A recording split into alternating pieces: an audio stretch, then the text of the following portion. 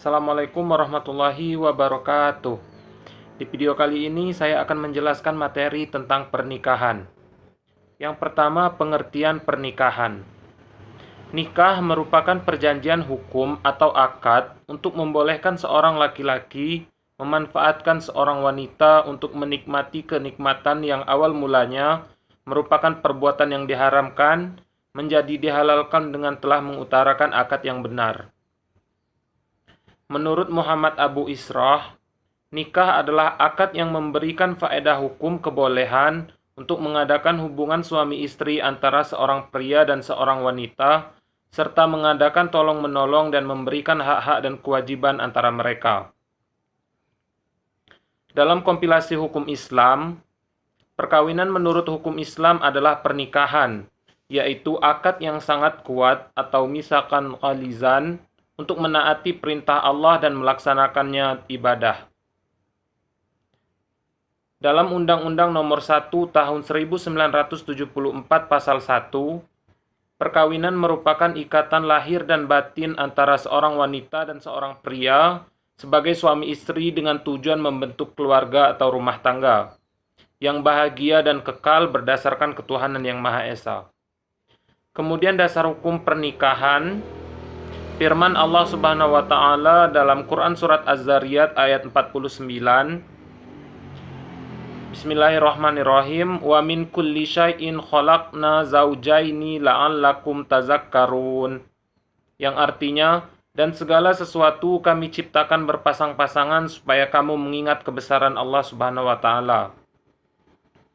Kemudian Rasulullah SAW bersabda, An Abdillah bin Mas'udin radhiyallahu anhu qala lana Rasulullah sallallahu alaihi wasallam ya ma'syaros sababi imanis tato'a minkumul ba'ata falyatazawwaj fa innahu aghaddu lil basari wa ahsanu lil farji wa man lam yastati' fa alaihi bisawmi fa innahu lahu waji'un muttafaqun alaih.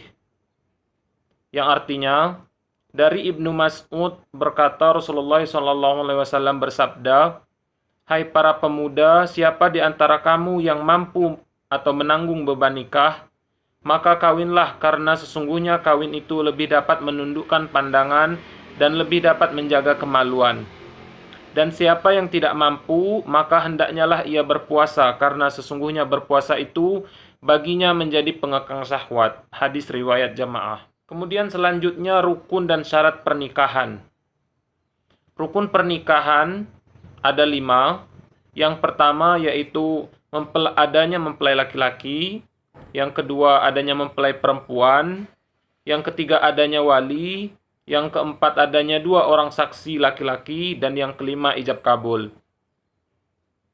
Kemudian syarat nikah, adapun syarat mempelai laki-laki yang pertama, tidak ada hubungan mahram dari calon istri. Yang kedua, kemauan sendiri atau merdeka. Yang ketiga, jelas identitasnya, dan yang keempat tidak sedang menjalankan ihram.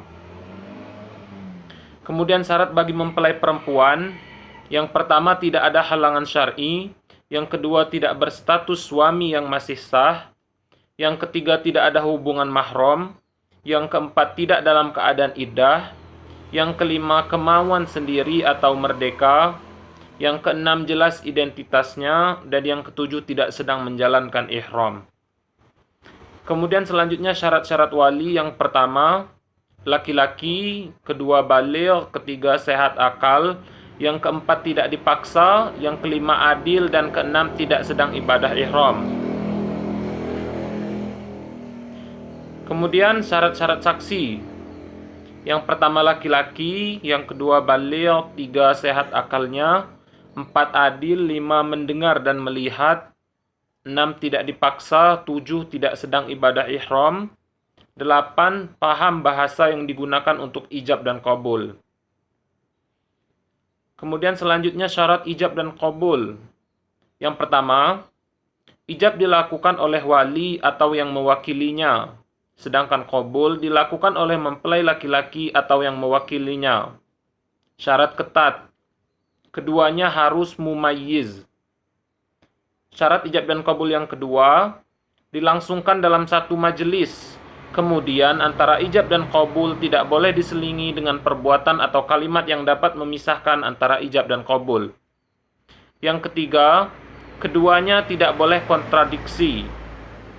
Syarat yang keempat, ijab dan qabul dilakukan melalui lisan serta didengar oleh masing-masing wali, saksi maupun kedua mempelai.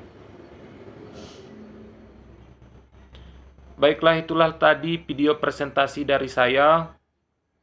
Lebih dan kurangnya saya mohon maaf. Wassalamualaikum warahmatullahi wabarakatuh.